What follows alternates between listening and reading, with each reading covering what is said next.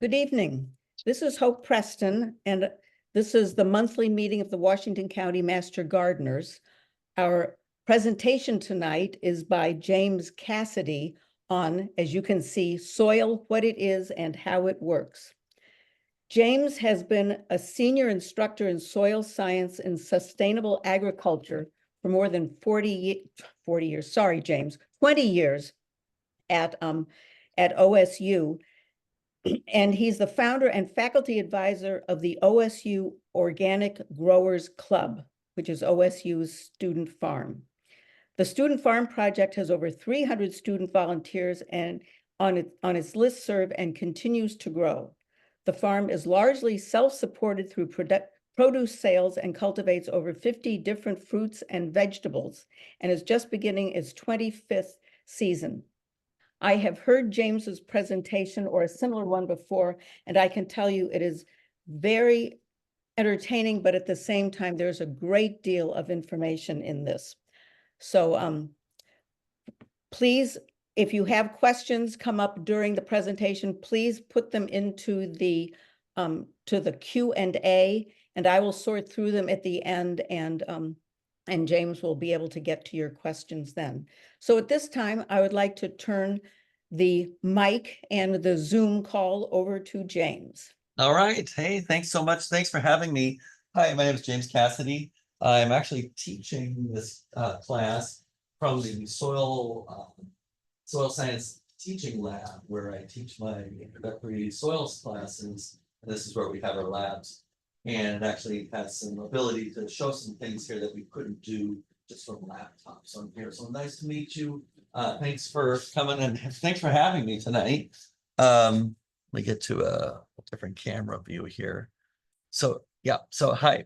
So yeah, I've been teaching introductory soil science classes for over 20 years. And as Hope had mentioned, that I am the founder and faculty advisor for the OSU Organic Growers Club, which is a student farm. And I've been doing that a long time. It's as a volunteer, about 30,000 hours. So I can't believe I can say that. I've been doing that as a volunteer myself, and over 25,000 students have been through the Student Farm Project. And I've really used the Student Farm as a recruiting tool to all of my classes. Actually, it's the other way around. I use all of my classes as a way to recruit to the Student Farm. So anyway, thanks for having me. And, you know, we have a very short time, really, to talk about a very big subject. And, you know, I teach several 10-week courses in this subject. So so we're going to go fast, and I hope you're ready. Wake up, because we have a lot to talk about. And it's all about soil. It's all about soil. And not just plants and animals and agriculture, but all of it. It's all about soil. I mean, every atom in your body has been through the soil. I mean, think about it. Every atom in your body was once inside of a rock, and rocks dissolve in water, and that's what nutrients are. Nutrients are what there's 119 different elements in the periodic table, and that's what everything is made out of.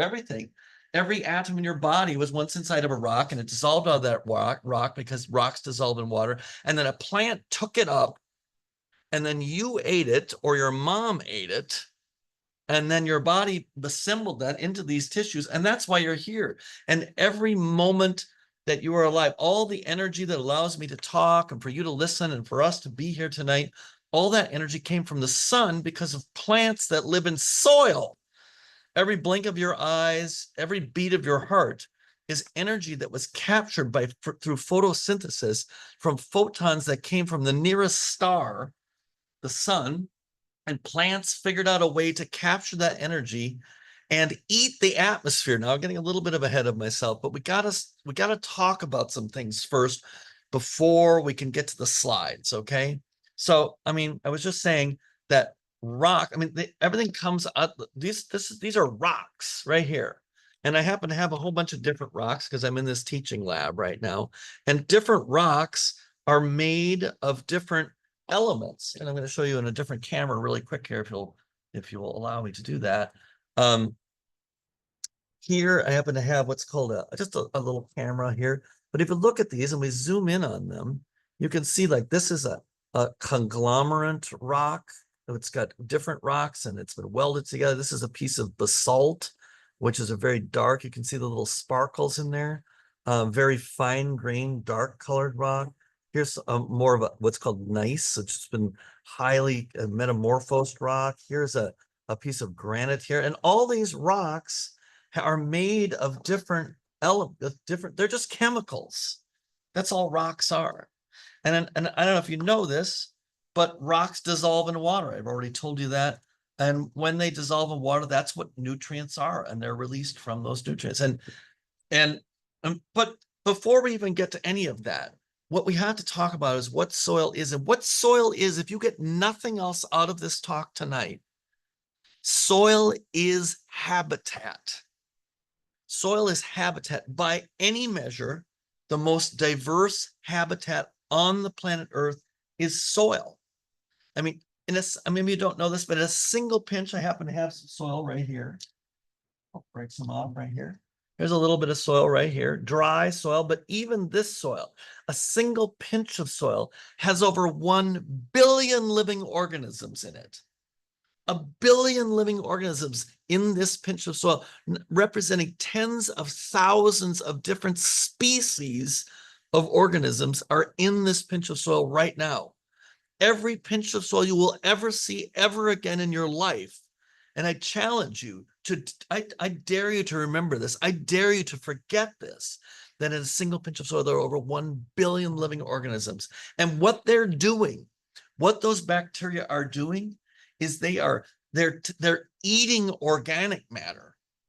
And when they do that, they release the nutrients from the organic matter that releases them back from the dead plant or animal. And that becomes the nutrients for the next generation of plants.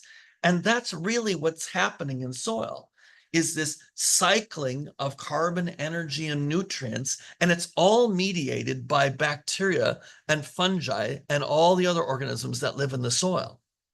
And if you get nothing else out of this talk tonight, if you can internalize that and really understand that, or at least question that for the rest of your life, that's your assignment, is for the rest of your life to just think about soil. And the next time you're out in the garden, just pick up a pinch of soil and just say 1 billion. And what soil is little particles of minerals, of sand, silt, and clay-sized minerals. And those different minerals are basically just made up of these rocks. And when these dissolve, they fall apart into different sized rocks, and different kinds of rock produce different kinds of soil.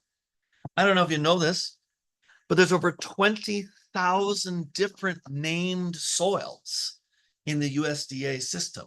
20,000 different soils. And if you look up here on this little map, right up here, you can see that in the United States, these are different colored soils because there's different kinds of soils spread out all across the globe. And if you'll just allow me to just show you quickly over here, these are actual soil, what we call monoliths. And so these are actually mounted specimens of different kinds of soil. There's like 30 of them here. But there's actually 20,000 different soils that have been named in the USDA system. And they're different. What's happening above the surface is different what's happening below ground and very deep in the ground. You go down deep enough, and eventually you get to bedrock. And that's what these soils are made of. They're made out of partially decomposed or rotted rocks. And then they have either been transported by wind or water, or they form in place from the rock beneath it. And because there's so much different kinds of geology, different kinds of climate, and different kinds of water, how much water there is, different soils form. And so where you are right now at this moment, underneath of you, underneath the house you're in, or outside the door, there's soil. And that's where we live. We live in close contact with soil for our whole lives, mostly, unless you're on a cruise ship or something, or sailing. But still, I mean, that really, we live in close contact. And, most people never think about any of this stuff. They spend their entire lives, wondering what life's about, and they don't even realize that they are made from the same thing that's in this rock, the same thing that's in this chunk of soil. Look at this big chunk of soil. This is what soil is transformed geologic material. It was once rocks, it dissolved, and then it fell apart into different sized particles that we call sand, silt, and clay sized particles, and those accumulate. And look at all these holes in there. Those are from either roots or from earthworms or from other creepy crawlies. And this thing called soil, is about half of this is space. And the space that's in between the sand, silt, and clay sized particles are different size pores, sand, silt, and clay sized pores, and giant earthworm pore sized pores. That is the habitat where the animals are living, where the organisms are living, is in the space. Nothing lives inside of a piece of sand. Nothing lives inside of a piece of silt. Nothing lives inside of a piece of clay. They're living in the spaces between the sand, silt, and clay. And as a gardener, what your job really is you're really ranching microbes. Really, you're managing space for microbes. And the plants come along for the ride, you know? But in here, this is what you're managing for. You're managing for fluffy soils that have lots of large pores, lots of medium pores, lots of small pores, and lots of really, really, really tiny small pores. Because different size pores, large, medium, and small, are different kinds of habitat for different organisms. And that's really what you want, is a diversity of pore sizes. So you have a diversity of organisms. So you have a diversity of function. So you have redundancy and resilience to disturbance, which is what gardening is. You're disturbing soils. But the functionality is what allows those bugs to eat organic matter and then release the nutrients, either pooping it out or, the way a bacteria eats. I've got, here's a flower right here. This is a tissue that's made, and when this is dead now, it's going to die, and it will be eaten by bacteria and fungi. And the way they do it is they ooze out enzymes that dissolve this organic matter and then release the nutrients. The nutrients originally came from dissolved. We got to talk about that a little bit more. Here's a rock.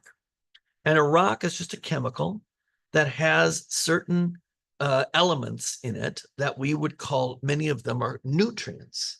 And I have a little bit of water here. And you might not believe this, but a single drop of water on this rock, watch this,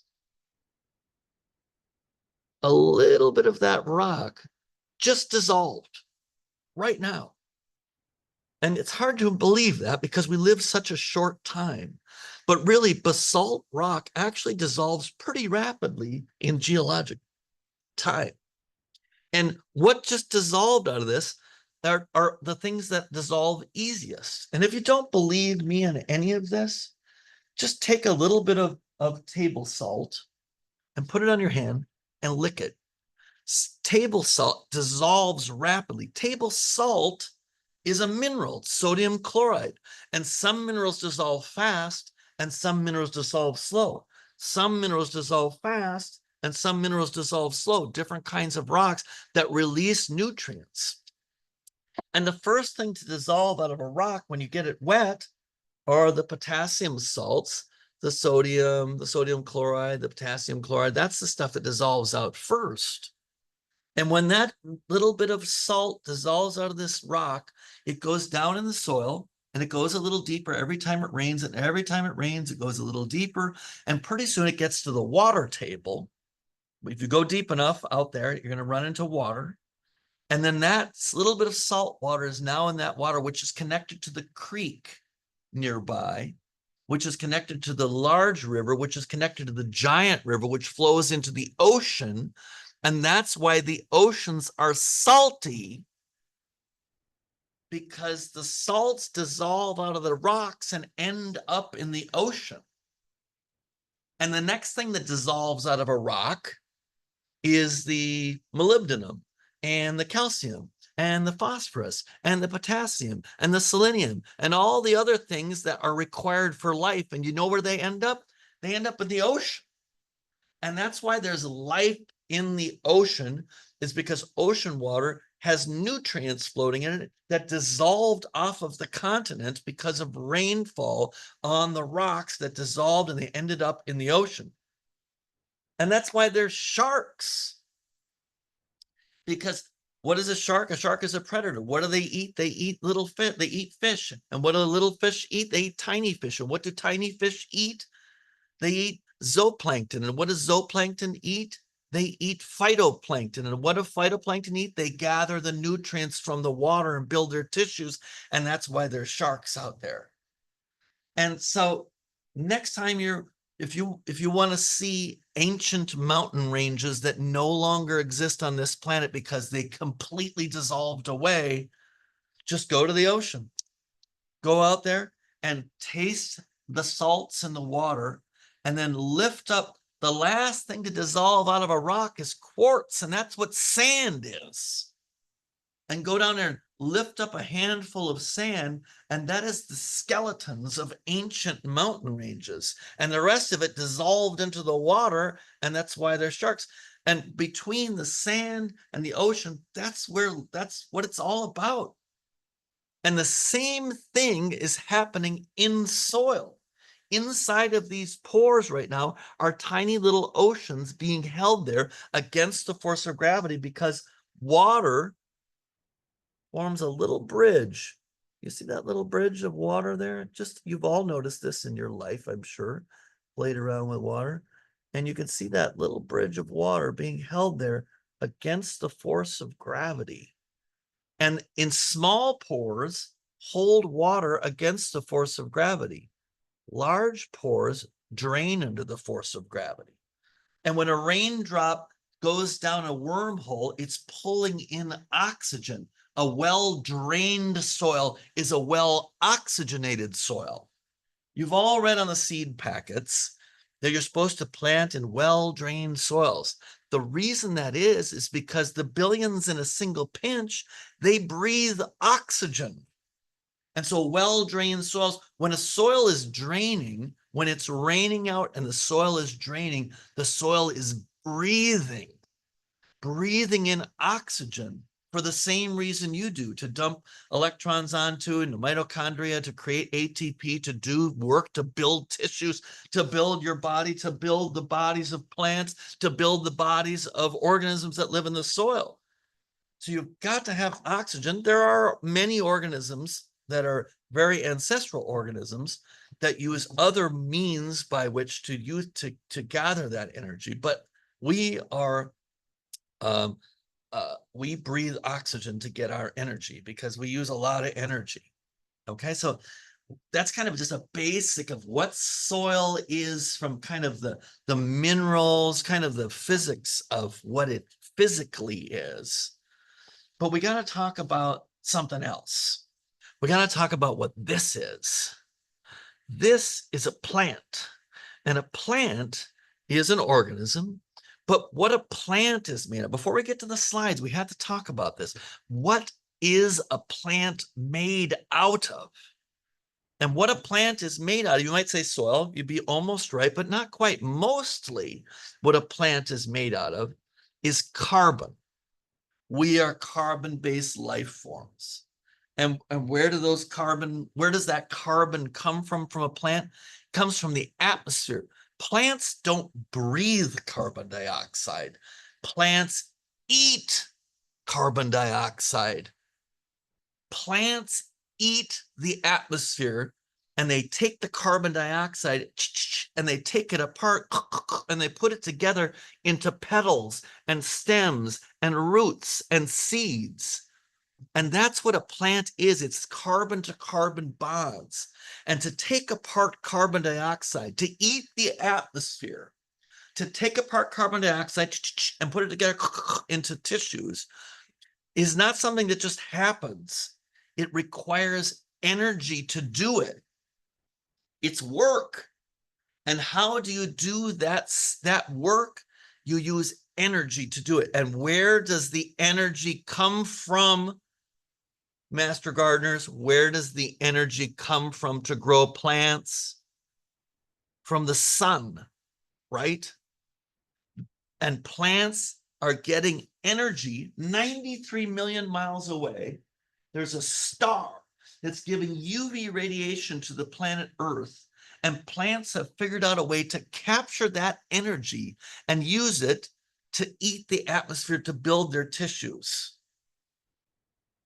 There's your miracle right there. Okay, that really is what it's about. It's the energy is coming in the form of UV radiation, which excites electrons in the chloroplast, which bump the electron into a higher orbital. And when it comes down, a little bit of released energy is captured in a molecule called ATP that floats around anywhere in this tissue inside of the cells and can release that energy to tear apart carbon dioxide and release a little more energy to build the tissues.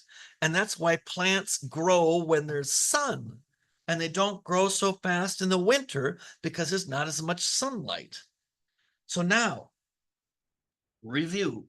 What we've talked about here is we talked about where all the nutrients come from, rocks. Where do all the carbon come from? The atmosphere, using the energy of the sun to do it. Even the DNA instructions and RNA instructions that allow this process, they themselves, the DNA and the RNA, are made from minerals that dissolved out when rocks dissolve. Every atom in your body was once inside of a rock, and every atom in your body has been through the soil system billions of times already. The fact that you are not soil at this moment is a temporary condition. It's almost over, folks. I hope you had a good life, because it's almost over. What is 70, 80 years in a planet that's 4 billion years old? You're not even here.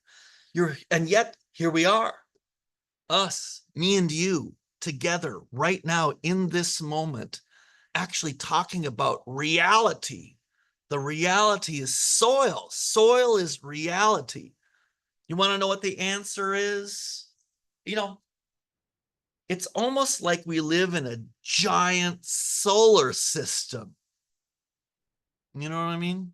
We do. We live in a giant solar system. Gardeners, Washington County gardeners, do you want to know what the answer is? Doesn't matter what the question is. You want to know what the answer is? Yeah, soil. No, that's not what I'm saying. The answer is add organic matter. Add organic matter to your gardens. Because why do you want to do that? Because organic matter is carbon, energy, and nutrients for the billions in a single pinch. And those bugs propagate and they leak out nutrients, which get stuck to clay and organic matter itself.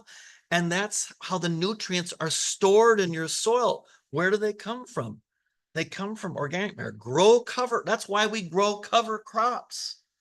And we also grow cover crops to make large pores with their roots. So we're making a wide pore size distribution, increasing the diversity of the organisms, and we're adding energy from the sun, carbon from the atmosphere, and mineral nutrients that have been taken up by the plant before it died. That's why you add compost to the garden.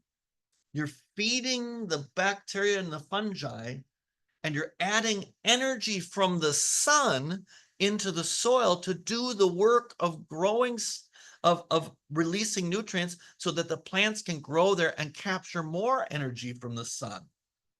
And that's what food is. That's why you eat. You eat. You can eat a petal, right? You can eat that. Nobody's getting hurt except the petal. And right now I just swallowed that. And that's now inside of my gut. And inside of my gut are the same bacteria that are inside of the soil. And what do? Oozing out enzymes, dissolving the organic matter, releasing the mineral nutrients, carbon, and energy. And it's being distributed to every cell in my body so that I can continue to grow and my heart can continue to beat. And that's why I'm here, because we eat.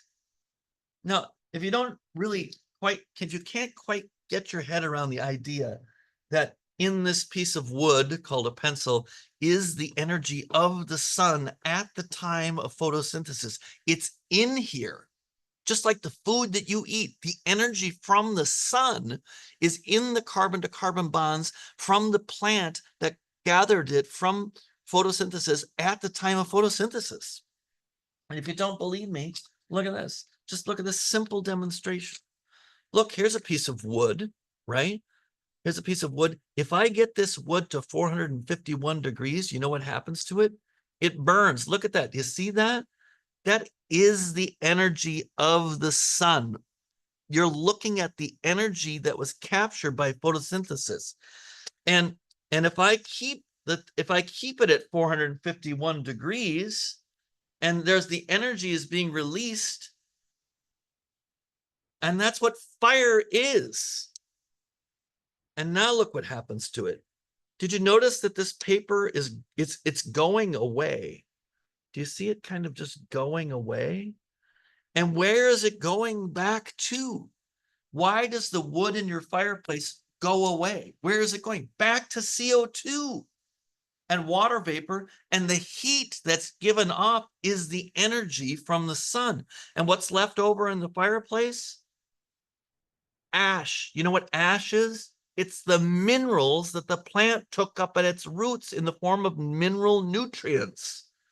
Here's a bunch of mineral nutrients from the trees that made that paper. You see what I'm saying?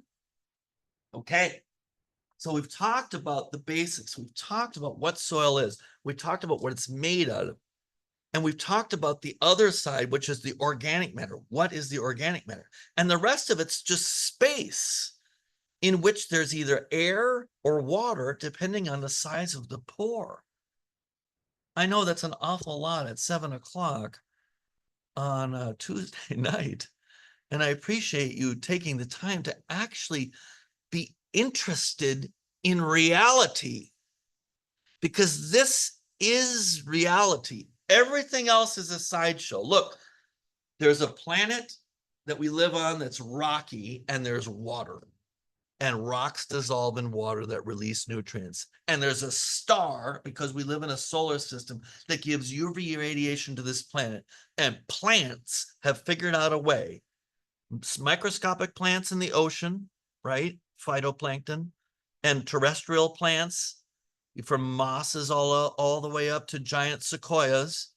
They've figured out a way to eat the atmosphere by taking apart carbon dioxide and building tissues with it to make plants or trees or whatever. And then we eat them, and we just kind of live off of that. And everything else is a sideshow. Everything else is fantasy. All right. So I'm just kind of throwing that out there. So I'm going to go to my slides now, and we're going to review some of this stuff, but with the aid of some slides. Okay. So, so the name of my talk is what soil is and how it works. Well, we've talked about what soil is, and now we're going to talk a little bit about how it actually works. And this hopefully will be useful, actionable information for you. Okay. First of all, I got to get a little bit of demonstrate some of my credibility. I grow vegetables with my students, and we've self-supported the student farm for the last 25 years by using the energy of the sun, the atmospheric carbon, and mineral nutrients to make food and exchange it for money so that I can pay my summer interns to learn how to grow food. That's what I do at the university. I teach soil science classes, but mostly I'm teaching students how to actually grow food. And I can't tell you how much they love it. And they take my class. Look at this. This is a typical CSA box. We sell our vegetables. Look at this. This is in early August. This is 1 week's worth of vegetables. So I know what you're doing when you're growing food, because I do it too. All right. So it's all about soil. Everybody just say it out loud. It's all about soil. 1, 2, 3. It's all about soil, because now you know why it's all about soil, because that's where everything comes from and that's where everything goes. And we've talked about that there's different kinds of soils, right? And here, of the 20,000 different named soils, they all belong to one of the 12 soil orders. So we've organized the soils in soil science because some soils are good are good at some things and they're not particularly good for other things. And if you look here on the left, what you're looking at is a soil profile, meaning if you cut a trench and you looked at the wall, and this is about 6 feet deep here. And here, right here, you'll see this is an aridisol. And what do you think aridisol means? It means dry soil, right? Dry. And do rocks dissolve in air? No, they dissolve in water. So think about what's happening in this arid environment. It rains a little bit, and those salts, they move down because it only rains about 12, maybe 6 inches a year. The salts are the first thing that dissolve out, and then it dries up. And that happens year after year after year. And you see this layer here? That's salt. So it rains so little here in a desert that the salts never get to the water table and never go to the ocean. They just become a crust underneath. And so there's not a lot of nutrients being released here. And so there's not a lot of an organic matter being produced here. And to live there, you have to be a plant that looks like this, like sage, which can live in low nutrient, low water, salty environments that are hot. And so they've adapted. That's what a native plant is. A native plant is a plant that has adapted to the conditions above ground, but more importantly, to the below ground conditions. And that's why there's the reason that there are native plants in different places is because there's different kinds of soils, because there's different formation factors, like not a lot of water or a lot of water, rocks that have a lot of important nutrients or rocks that don't have the important nutrients. In fact, the most important geology are the kinds of soils that form from basalt. Like we have a lot of basalt around here in the Pacific Northwest because we have these young volcanoes. And this dark colored, fine grained rock dissolves very rapidly and happens to have a lot of the really important mineral nutrients that are important for biological systems. Where granite has not very much of those kinds of nutrients. So the soils are kind of nutrient poor. If we look over here on the right-hand side, you'll see what's called a mollisol. And this is measured in feet over here. You see this 2 feet of dark soil? You know why it's dark? It's dark because it has a lot of organic matter in it. And what is organic matter? Carbon from the atmosphere, energy from the sun. This has more energy in the system than this one does, and there's more biota here, and mollisols are the most important soils for agricultural purposes. Most of the food that we grow in this country is grown on mollisols. And if you try and grow vegetables in an aridisol, you better have a lot of water and you better have a lot of inputs, because it's just going to be really hard to make a living. So that's just an example of the extremes of 2 different kinds of soils. And there's other soils, and we could talk all about them. But here's what I really wanted to show you is a map of the global soil regions. And you see this green part right here in the United States? That's the mollisols. We have 21% of the United States is mollisols. Worldwide, it's about 7%. It's really all you need to know about why this is a rich and powerful nation, is because it has good soil. What you're looking at here is a map of political power. And you can see over here, Russia. I mean, this is why there was a Cold War, because they have the most. Look at this is why there's a hot war. I mean, here's Ukraine. Ukraine, as a country, has about 60% of its landmass is mollisols. And that's, I mean, once you start to see this, you can't unsee it. Where are the unstable regions in the world where the aridisols are, right? And the tropics are actually pretty poor soils. And I don't have time to tell you everything, but these are the frozen soils up here. And this is why you live the life you live, is because you live where there are mollisols, or you live in a country where there are mollisols, where we have advanced technologies, because the agricultural revolution, which happened maybe 20, 30,000 years ago, which is, you live in the shadow of agriculture.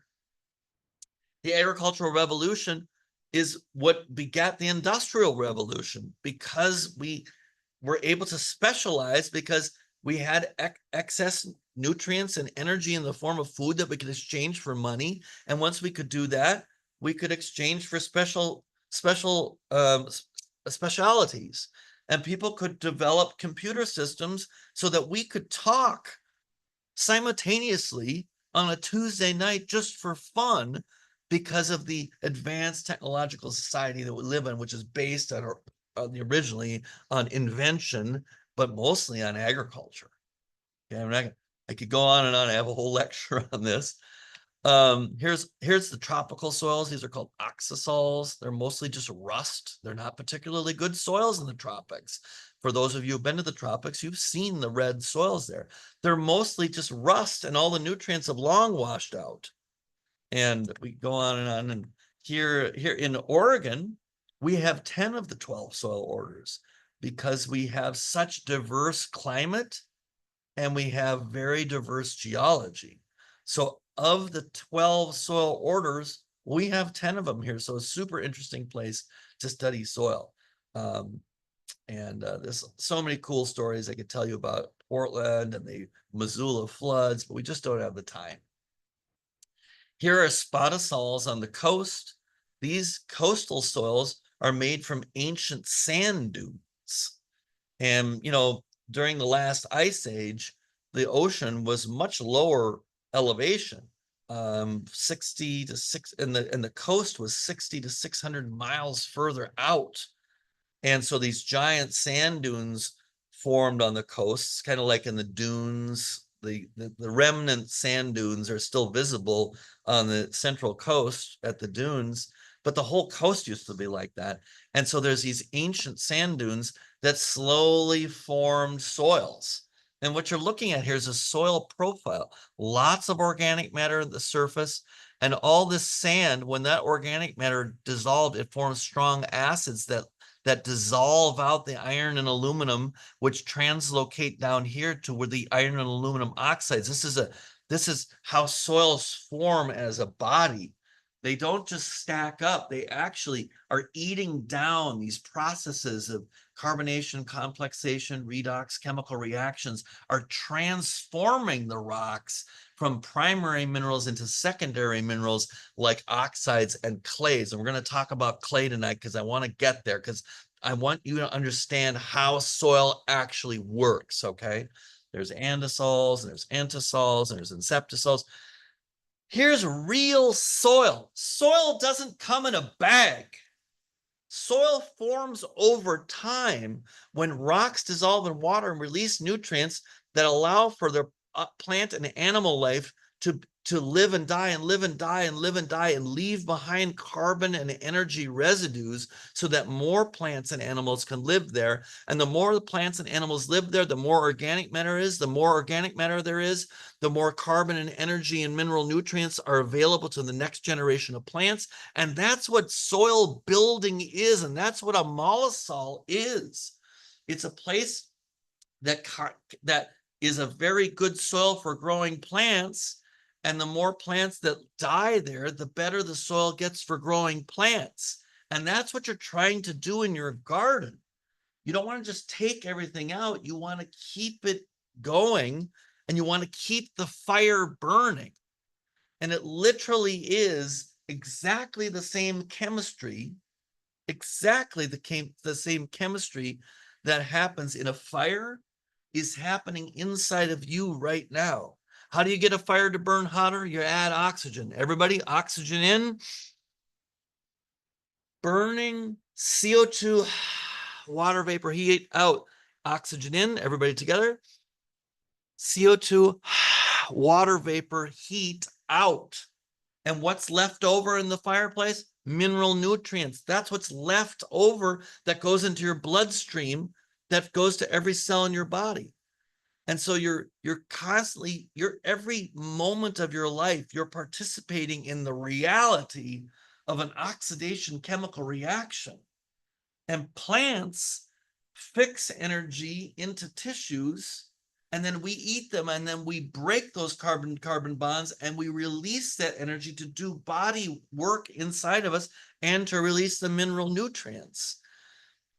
Wow, I'm telling you, it's all about soil. I hope you got that. So back to our slideshow. So soil is habitat. If you get nothing else out of this talk, soil is habitat. And habitat for what? For tiny little, look, this is a tiny little piece of soil. And look, between these little 3 pieces of sand here is an ocean of water. And there's a giant sea serpent there that's trying to eat these things, which are eating that thing, which are waiting for the things to die. And this thing's eating that thing's poop. And between 3 pieces of sand, is a complete ecosystem. Now that's what I'm talking about. Diversity of habitat, diversity of organisms. The most diverse habitat on the planet is a tiny pinch of soil. And look, here's a root, and roots leak out sugar water. And what is sugar water? It's carbohydrate. And what is carbohydrate? Carbon from the atmosphere, energy from the sun. The plants are feeding the soil. And why would the plants give away sugar? So that the bacteria and the fungi are more robust at decomposing organic matter to release the nutrients. That's how it works, folks. I mean, soil is a living thing. It's not a chemical sponge. This is why I teach organic agriculture, because the foundation of what organic agriculture is understanding that soil is a living thing, not a chemical sponge.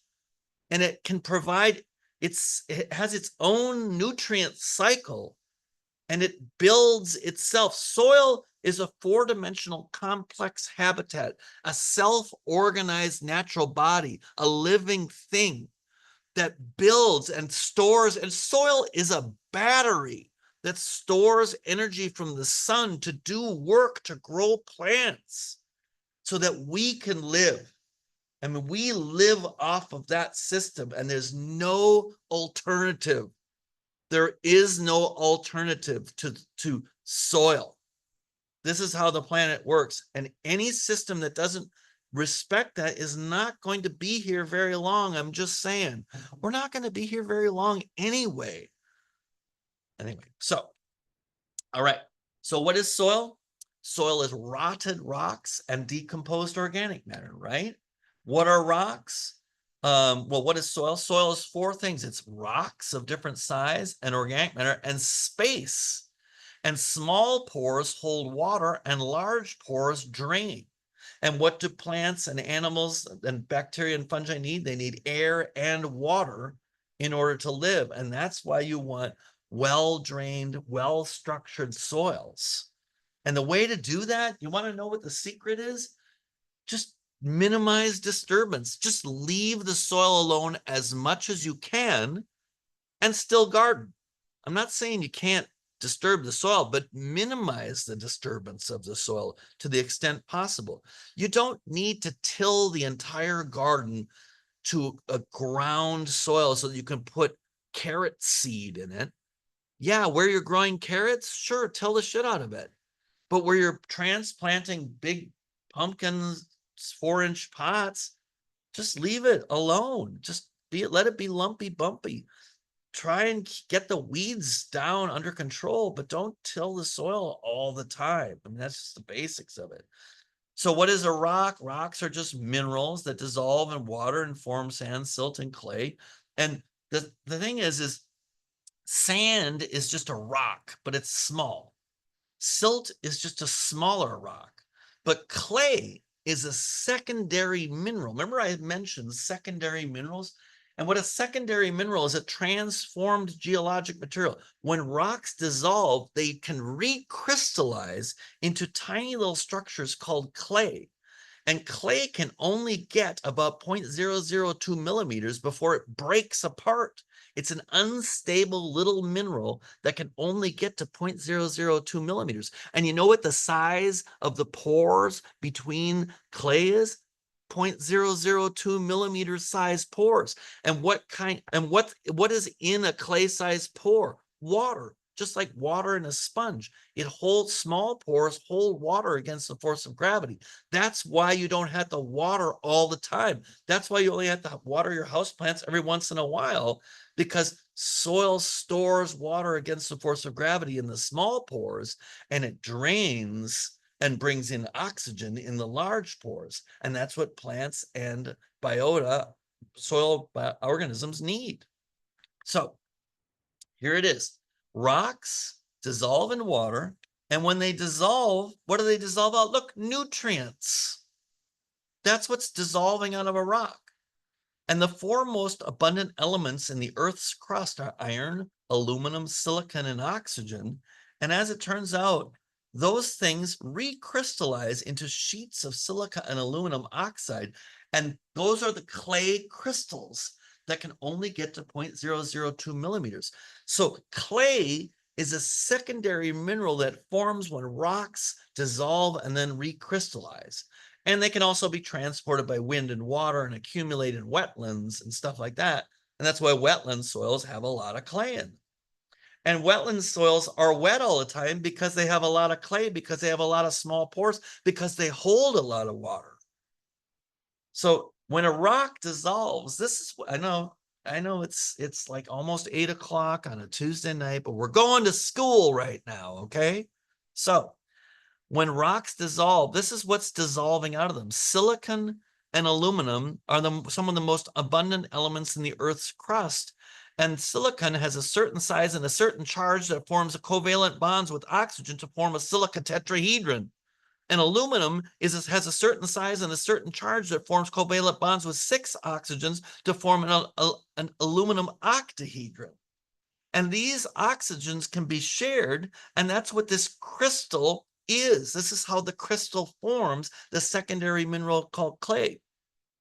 Here's a silica tetrahedron. Here's an aluminum octahedron. See how they're sharing? This is a crystal, and this is called the layer, and there's twice as many silica as there are aluminums here, and this is called a 2-to-1 clay. And then there's another layer, and another layer, and another layer, and another, and they stack up.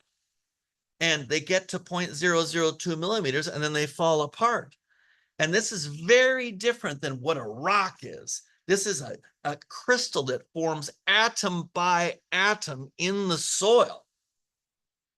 And when that happens, sometimes there are impurities, there are other nutrients and minerals, things like iron and things like magnesium, especially in dark colored minerals. And iron has almost the same size and almost the same charge as silicon to form an iron tetrahedron. And magnesium has almost the same size and almost the same charge as aluminum, but not quite to form this magnesium octahedron. And so this substitution can occur inside of the crystal at the time of recrystallization based on the type of minerals that are dissolving. And in the Pacific Northwest, we have a lot of these black basalt rocks that have a lot of iron and a lot of magnesium in them, and they get substituted into the secondary mineral called called clays. And when that happens, you might have noticed these little negative charges that propagate to the surface of the clay. So because of the types of rocks that are dissolving and the types of clays that are formed, where there is this substitution that causes a net negative charge to propagate onto the surface of this very, very tiny high surface area particle called clay. Rocks don't have a negative charge. Sand doesn't have a negative charge. Silt doesn't have a negative charge. Clay has a negative charge. And you know what sticks to negatively charged? What sticks to negative charged particles? Positively charged. And you know what? The charge on most nutrients like potassium, phosphorus, selenium, calcium, the charge on those minerals is positive. And this is how soils store nutrients electrostatically on the surfaces of clay minerals because of isomorphic substitution at the time of recrystallization of the secondary mineral called clay. You asked me to come here. All right. Isomorphic substitution is a source of negative charge in soils. Look at, here's clay at 100,000 times magnification, and it has net negative charges all over it. You know what sticks to that? Positively charged nutrients that store them there for the plants to get later in the season. Instead of washing away those nutrients and becoming sharks, they're being stored on clay minerals so that your plants can take them up later. Look at this clay, has a net negative charge due to isomorphic substitution. Look at this clay, has a net negative charge due to isomorphic substitution. Look at this clay, look at this clay, look at these clays. They have a net negative charge on them, and they were built up atom by atom because of isomorphic substitution. Net negative charge due to isomorphic substitution on the secondary mineral called clay is the reason you can garden. It's the reason you're alive. It's where the nutrients in your body, every atom in your body was once stuck to the negative exchange complex of either clay or organic matter, and it was taken up by a plant, and then you ate it. And you're going to die, and every atom in your body is going to be disassembled eventually and be back into the system and be back part of these living systems again. Whether you build a pyramid to try and store your body in for 5,000 years or 10,000 years, 10,000 years is nothing. Sooner or later, the pyramids at Giza will be completely gone. Entire mountain ranges have come and gone on this planet. There's nothing, there's no escape, folks. It's almost over. And I do mean this talk, but your life. Look, here's clay. Look at 2 to 1. Look what's stuck to it. Calcium. Look over here. Look what's stuck to this clay. Potassium, magnesium, calcium. These are nutrients. So when you put fertilizer on soil, what you're doing is you're loading up the clay with the nutrients in the proportions that you want it to be there, so that it will be there when your plants are in mature growth stages. Otherwise, they'd be all washed away. You can't grow good crops in sandy soils because they don't have enough clay. It's about the clay and the organic matter. So let's talk. Turns out there's one other thing in soil that has almost the same, that has twice the cation exchange capacity of the best clay. And you can guess what that is. That's organic matter, this tiny little part of the soil. What's the answer? Add organic matter. Why? Because you're adding the cation exchange capacity to store nutrients. I'm going to skip ahead here because we've got to get to it. Here's what organic matter is in the soil. This is the black stuff that makes a mollisol black. This is a random molecule that has high surface charge, and it has net negative charges all over it. And so the answer is add organic matter, because when you add organic matter, you're stabilizing the soil, you're increasing the water holding capacity, you're adding carbon and energy and mineral nutrients, and you're adding negative charge to store nutrients. That's why the answer is add organic matter, or at least not lose organic matter. All right, here's how a plant works. Look, plants eat the atmosphere to build their tissues. They pull in, they evaporate water at their leaves, so they drop the pressure, which pulls water in, so they suck up water. And they breathe at their roots, and the mineral nutrients come in. And the process of making these tissues releases oxygen. So plants eat the atmosphere, and then they breathe oxygen at their roots and exhale CO2 at their roots. So look here, here's a plant, here's a root, here's the tiniest root hair you never saw. Here's a tiny little root hair. And look at, here's soil, has a negative charge on it due to isomorphic substitution or organic matter. Look what's stuck to it. Nutrients are just hanging out there because of electrostatic charge. Look, CO2 dissolves when plants exhale, because what do you do every breath? You exhale CO2, so do plants. And that CO2 dissolves in the water, which forms acidity. it forms carbonic acid, and hydrogen ion is more strongly absorbed to the negative exchange complex than the nutrient is, and it kicks it off. And that's how the nutrients get taken up by the plant, and then the instructions of the plant turn it into the tissues, and then you eat them, and that's how you get the calcium in your body, right? Look at these tiny little root hairs.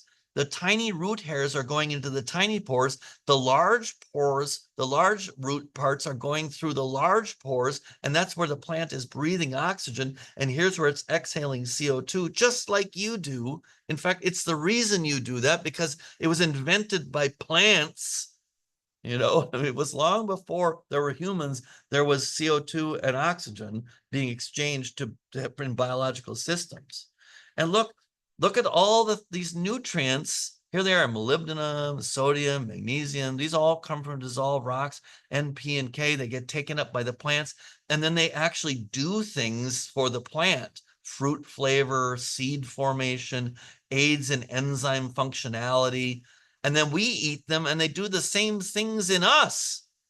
And then we all die, and we go back to the soil. And this is all being driven by solar energy. The entire thing is being powered by solar energy.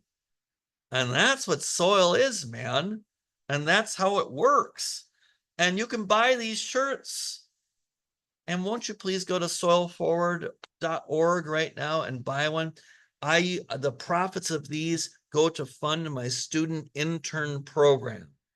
And I have them in ladies and gentlemen's, or non-gendered, rather, I should say, styles.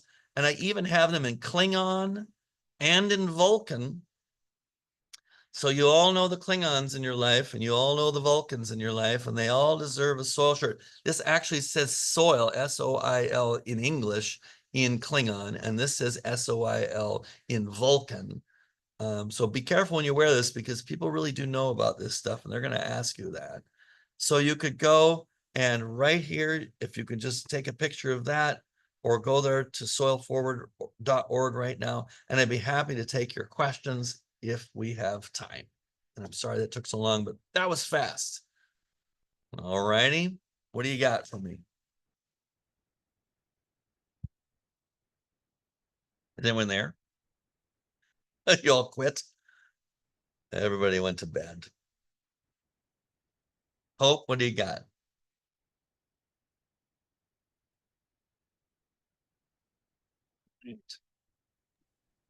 Well, if there's Well, I don't know where Hope is. This is Lorena. I can ask you a question real quick. Oh, there she is. Never mind. Go back to Hope. You covered for her. What do you got? I can't hear you, Hope. I think you're muted. There. I don't know. I kept pushing. Am I speaking now? Yeah, you are. Okay. I kept you have pushing the stage. mute button, and I guess I was hitting it twice or something like that. Sure. Okay. So I'm just going to start. Yeah. When you harvest plants such as lettuce, should you pull the roots or leave them and plant the next crop next to them? I mean, different plants behave differently. For tomatoes, for instance, we always just cut them off right at the surface, because, we spent the whole summer weeding the tomatoes, right? And now they're really nice, and and tomatoes aren't going to grow back. They're dead when you cut them off. And so we plant our garlic after our tomatoes, and we just push it right in around the roots. The tomatoes are 2-foot spacing anyway, so you can work around that. And so for some plants, we leave the roots. Things like lettuces, they kind of tend to regrow, as you know, and they're not really tasty when they regrow. And so I do pull them, and I put them in a compost pile, just because I don't want them to keep growing. So it depends on the plants, but that's a very good question, because leaving roots when you can is a really important, because what is a root? It's a big part, small part, a tinier part, and a tiny, tiny part, and it's making pores that are different sizes. In fact, the plant is deliberately, if you will, been selected to sculpt the soil to have a wide pore size distribution. Eventually that root will rot away, right? Completely. It'll be gone in a couple of years. And what will be left behind is a casting of that root. that has a large pore, a medium pore, and a small pore, which brings in water and drains well. And so thinking about the residues and how they decompose over years is that's how soil works. I mean, before there were humans, people there wasn't tillage, so the soil was constantly being sculpted by roots, and the plants that sculpted the soil more favorably tended to reproduce more. And that's what a native plant is. It's figured out a way by sculpting the soil to improve the soil for those plants to live there under those conditions. Kind of amazing, really. All right. So a couple of questions about clay soil. I have clay soil. What should I amend it with? And I have very heavy clay soil. What Right. plants grow best? Right. You can have too much clay when you're super lucky in the world to be born where there's just too much clay. Wow, I just can't deal with it, man. I mean, where there isn't clay, people are literally starving. Okay. So it is a problem for the home gardener, and you can't really commercially grow. You can grow certain kinds of things that, like perennial crops, like wetland plants, wild harvesting and wetlands, so there's a real function for clayey soils. But trying to garden in them is challenging because they stay wet all the time. And when they dry, they're hard as a rock. And you can't till them, and it's just like really a pain in the ass. So what's the answer? Add organic matter. Correct. So you're not adding organic matter to improve the cation exchange capacity. You're adding organic matter to get in the way between the clay particles to make them less sticky. And it's not gonna happen overnight. You're gonna add organic matter every year for about 10 years. And around year 5, you're gonna start to notice the difference. The soils are a little more friable. And if you can get it up a little bit into a raised bed eventually, or just at least where it can drain a little bit, not be constantly saturated through the winter, a lot of people will buy soil and put it in a box above the best soil on the planet Earth. Make sure you bring up some of the real soil, if you will, up into your raised beds. Don't disconnect them from what's below. Connect them, because that's where all the biota is, and that's what's going to invade and take over your garden, that biota, which is really good stuff. The problem is the stickiness and the blah blah blah. So when you say add organic matter, is that a case for tilling it in, or is this laying it on top? You let both, either and or whatever makes sense. And so adding compost is an easy way. Just put it on top. What you do is in the fall, you cut off all your plants, you lay them down, you cover them with a bunch of compost, and just leave it for the winter. And then in the spring, you start to fork it up a little bit, maybe cover it the last month so it can start to dry out. On sunny days, open it up. On wet days, close it, and start forking it up and breaking it up. And then maybe just put in some big transplants, and then cover it with straw for the summer and grow pumpkins or something. And then that straw is going to rot down the next year, and kind of work that in. And eventually growing cover crops is another way to add organic matter, because when you're growing a cover crop, you're injecting in the form of roots that grow into the soil and allow it to drain better, because eventually that's going to die and rot away and become large pores. And actually, clayey soils have the ability to store physical information, like the casting of a root is strongly stored there for many years, as long as it isn't too disturbed. So I know that's kind of vague, but if maybe you kind of understand what I'm talking about because of what we talked about already. Now here, does adding bentonite clay to particularly sandy soil help improve moisture retention? Sure, in theory, but in practice, it's very difficult to incorporate clay into soil. It just is. It sticks to everything, tends to stick things together. It doesn't really evenly distribute. I mean, if you have a sandy soil and you want to improve the water holding capacity and the nutrient holding capacity, you know what the answer is? What's the answer? add organic matter? Yeah. So adding organic matter improves sandy soils by improving their water holding capacity and their ability to, and they get darker, so they get warmer faster, and they have cation exchange capacity. In fact, organic matter has twice the cation exchange capacity per unit of mass as the best clay. So really buying some good compost and putting it on in there, you can incorporate that a lot easier than you can. And you're just going to have a low clay soil, so you have to take the place of the clay with organic matter. Okay. Now Great here somebody questions. says, what do you do when your soil seems heavy on the fungus side? I seem to be fighting fungus issues with my plants more than anything. So like diseases, I'm guessing, is what you mean by that. Is that probably the case? I'm guessing. I'm guessing Fungus that it's issue. not mycorrhizae. Yeah, because fungus is a super important part of soil, and really many people like actually inoculate their soil with mycorrhizae and to get it. So I guess we really don't know what the question is, Okay. but I would say it's probably because there's a lot of wood or something, and I wonder what the fungal issues are. And I'm sorry, we probably don't have time to actually. No, I think we don't have enough information to answer that. And here's somebody who has lives in an apartment and has half of a plot covered with straw. Should I remove that? No, that's great. I would say the straw is just what they Straws need, are right? matter. And the thing is you just have to make choices about what you're going to grow. I mean, you're not going to be growing carrots there. But you can grow transplanted tomatoes, eggplants, peppers, anything you could transplant through that straw is often done. What I do though is I just cover whole beds. I'll weed them really good, and I'll cover whole 50-foot by 4-foot long beds with straw. And in the spring, I'll open them up to get sunlight so they can warm up, because they'll stay cold otherwise and wet.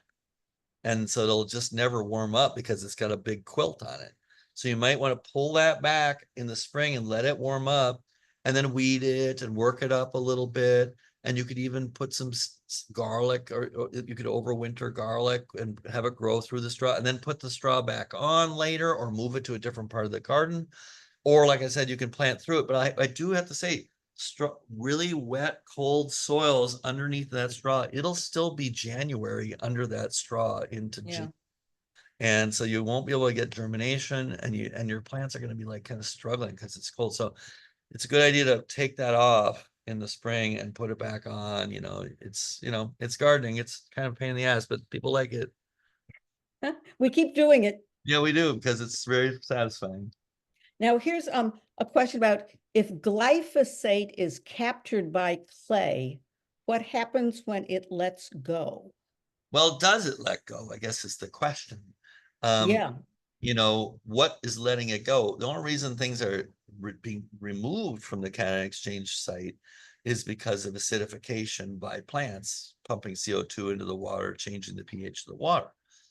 So the way soil remediates is that it captures these molecules that are toxic or otherwise, or depending on your understanding of what glyphosate is, it's a foreign substance, and it has a charge to it, and it sticks to it. And once some of these toxic or otherwise molecules are captured, stuck there, they're actually not functional, because part of them are stuck to the clay, and that might be the functional group where these things work. And then even something like glyphosate is made of carbon and energy, and there's a bug that's going to eat it and take it apart, and it will eventually be decomposed, essentially. Now, there are these things called forever chemicals that we hear about all the time. And a lot of these chemicals are actually designed not to biodegrade. They're designed to stay functional for a long time. So that's more of a concern. But when it's actually stuck to a piece of clay, a lot of times it will become encrusted in a piece of clay, and then it's kind of neutralized. So, okay.